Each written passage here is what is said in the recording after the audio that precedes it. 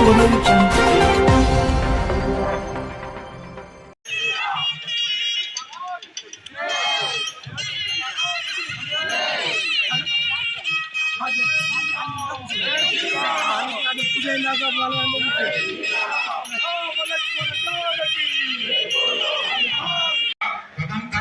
అక్కడ దీపారాధన ఉంటుంది.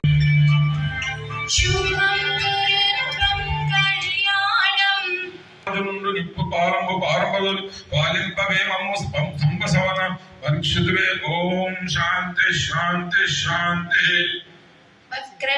ప్రభా నిర్విఘ్నం కురు మే దేవ సర్వకార్యేషు సర్వదా సర్వకార్యేషు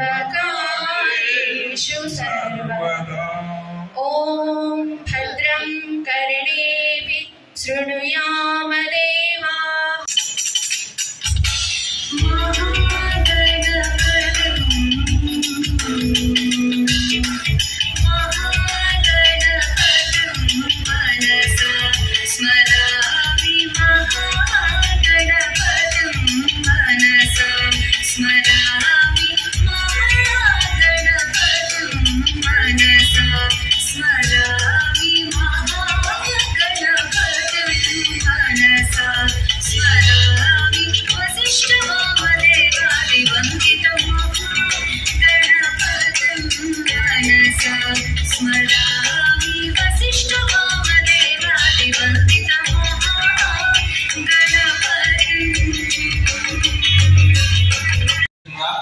పెద్దలు అధ్యక్షులు శ్రీ దత్తాత్రేయ సార్ గారిని అలాగే మెమెంటో కూడా ఇవ్వచ్చు.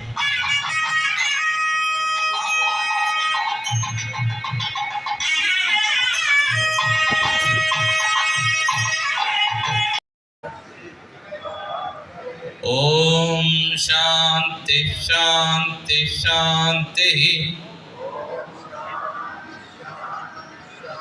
అలాగే మనకు దేశభక్తికి సంబంధించినటువంటి పుస్తకాలు అక్కడ అమ్మబడుతున్నాయి. స్టాల్ ఏర్పాటు చేశాం. దేశభక్తి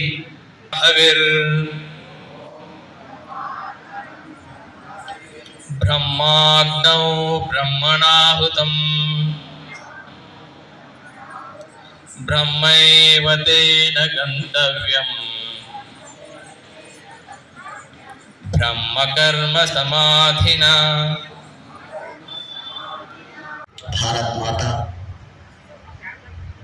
మరియు నాతోటి పెద్దలు, ఈ కార్యక్రమానికి విచ్చేసినటువంటి హిందూ బంధువులందరికీ జై శ్రీరామ్, జై శ్రీరామ్. నిజంగానే మనమంతా కూడా చాలా చాలా అదృష్టవంతులము.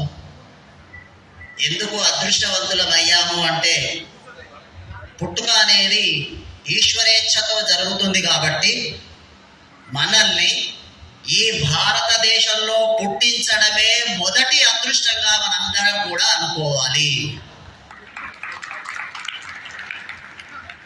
ఎందుకంటే ఈ భారతదేశము పరమ పవిత్రమైనది కాబట్టి ఇక్కడ జన్మను పరమాత్మ మనకిచ్చినందుకే మొదటి అదృష్టం. అందులోను ఈ హిందూ ధర్మంలో పుట్టినందుకు ఇంకా అదృష్టవంతులుగా అనుకోవాలి. ఎందుకు హిందూ ధర్మంలో పుట్టినందుకు అదృష్టవంతులు అనుకోవాలి అంటే ఈ జన్మ తత్వమును, జన్మ రహస్యమును, ఈ ప్రకృతి యొక్క విశేషాన్ని, భగవంతుడు అంటే ఎవరు అనే విషయాన్ని తెలుసుకునేటువంటి పరిజ్ఞానం కలిగినటువంటి ధర్మము మన హిందూ ధర్మము. కాబట్టి ఈ ధర్మంలో పుట్టినందుకు మనందరం కూడా అదృష్టవంతులం అనుకోవాలి. రెండవది, హిందువులు చైతన్యము కాలేదు, ఇంకా చైతన్యం అవలేదు అని అక్కడ ఇక్కడ మనం వింటూ ఉంటాం. కానీ హిందువులో చాలా చైతన్యం వచ్చింది. చైతన్యం రాలేదన్నది కాదు అంశం. ఇది ఎలా చెప్పాలి అంటే దాదాపుగా మా కాలంలో 10వ తరగతి పాస్ అయితే ఓ పెద్ద ఇంజనీరింగ్ ఐఏఎస్ చేసినంత ఉండేది. మావోడు 10వ తరగతి పాస్ అయ్యాడని పిల్లనిచ్చే దగ్గర తీసుకపోతే ఎట్లా ఉన్నాడు, మావోడు 10వ తరగతి పాస్ అయ్యాడంటే అదో పెద్ద విషయం. ఇవాళ 10వ తరగతి పాస్ అయితే పెద్ద విషయం కాదు. ఎట్లాగో హిందూ ధర్మం, హిందూ చైతన్యం అయ్యాడు, కానీ అవసరమైనంత చైతన్యం అవ్వలేదని అర్థం చేసుకోవాలి. హిందువులే చైతన్యం కాలేదనడానికి వీల్లేదు. నేను 83 నుంచి స్వయం సేవకుని. 85, 76 ఆ ప్రాంతంలో మా బంధువుల ఇంటికి కానీ తెలిసిన వాళ్ళ ఇంటికి కానీ వెళితే ఏదైనా సందర్భంలో సంఘం విషయం అక్కడ ఏదైనా ప్రస్తావన వస్తే ఆర్ఎస్ఎస్ అంటే ఏంటిదని అడిగేవాళ్ళు. ఆర్ఎస్ఎస్ అంటే రాష్ట్రీయ స్వయం సేవక సంఘ్. ఏం చేస్తుంది ఈ సంఘము అని అంటే మాకు అప్పుడు ఉండే బుద్ధి పరిజ్ఞానం ఎంత చిన్నది కదా, నేను పిల్లాడినే కదా అప్పుడు. ఏం చేస్తుంది అంటే ఏం చేస్తుంది, పొద్దుల పిలుస్తారు, పోతాం, అక్కడ శారీరక వ్యాయామం చేయిస్తారు, ఆటలు ఆడిపిస్తారు, ఒక పాట పాడిపిస్తారు. చాలా మందికి ఆశ్చర్యంగా ఉండేది, ఆటలు ఆడిపించడు, పాట పాడిపించడు దేనికోసం? హిందూ ధర్మాన్ని నిలబెట్టడానికి. హిందూ ధర్మాన్ని నిలబెట్టడానికి ఆటలు ఆడిస్తే పాటలు పాడితే హిందూ ధర్మం నిలబడుతుందా అని చాలా మందికి ఆశ్చర్యంగా ఉండేది. ఇవాళ మనం ప్రత్యక్షంగా చూస్తున్న మాటలాడితే పాటలు పాడితే వచ్చినోళ్లే మీరందరు ఇక్కడికి. మానవ జన్మ కూడా మనిషి జీవించడానికి ప్రపంచంలో అనేక దేశాలు ఉన్నాయి. మన గ్రహం భూమి కాకుండా అనేక గ్రహాలు కూడా ఉన్నాయి మనుషులు జీవించడానికి. కాబట్టి మనుషులు జీవించడానికి అత్యంత అనుకూలమైనటువంటి గ్రహం భూమి. భూమి లోపల అనేక దేశాలలో మానవులు నివసిస్తున్నారు.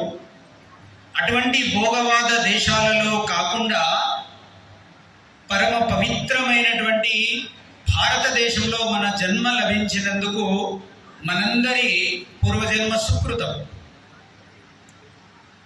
ప్రపంచమంతా ఒక ఇల్లు అనుకుంటే ఆ ఇంట్లో పూజా మందిరానికి ఎంత ప్రాముఖ్యత ఉంటుందో ఆ పూజా మందిరం లాంటిది మన భారతదేశం. అటువంటి పూజా మందిరంలో మన జన్మ లభించింది. అందుకోసమే భారతదేశం పవిత్రమైనటువంటి దేశం. భారతదేశం మిగతా దేశాలలాగా భోగవాద దేశాలు కాకుండా ఒక ధర్మం ఆధారితంగా జీవించినటువంటి దేశం, జీవిస్తున్నటువంటి దేశం. భగవంతుడే ధర్మచక్ర ప్రవర్తన కోసము ధర్మాన్ని కాపాడడానికి ఆయా సమయాలలో జన్మించబడినటువంటి నేల భారతదేశం. గాయంతి దేవ కిలగీత గాని అని దేవతలు సహితం ఈ నేలలో జన్మించడానికి ఉర్రూతలుగే దేశం భారతదేశం. కాబట్టి భారతదేశం పవిత్రమైనటువంటి దేశం. భారతదేశము శక్తివంతమైనటువంటి దేశం. చాలా మంది అనుకుంటారు భారతదేశం ఇప్పుడిప్పుడే అభివృద్ధి చెందుతున్నది, ఇప్పుడిప్పుడే శక్తివంతం అవుతున్నది అని అనుకుంటాం.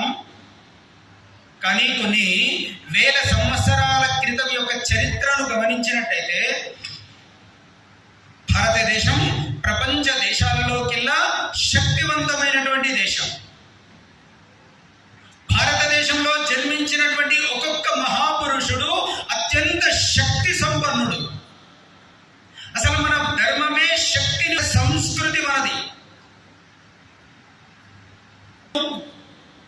పునే దేశాన్ని హిందూ సామ్రాట్గా, ఒక పోరాట చక్రవర్తిగా పరిపాలించినటువంటి ఛత్రపతి శివాజీ యొక్క వారసులం మనమందరం. శివాజీ పరిపాలించబడినటువంటి దేశం భారతదేశం. ఒక రాణా ప్రతాప్, రాజస్థాన్లో ఉన్నటువంటి చిత్తోడ్లో మేవాడ సామ్రాజ్యం యొక్క రాజు రాణా ప్రతాప్ యొక్క శరీరం పైన ఒక 100 కేజీల బరువు ఉన్నటువంటి ఆయుధాలను వేసుకొని గుర్రం పైన యుద్ధం చేసేవాడు. ఆ గుర్రం పేరు పిల్లలను తీసుకో మాస్టర్, మీరు వేగం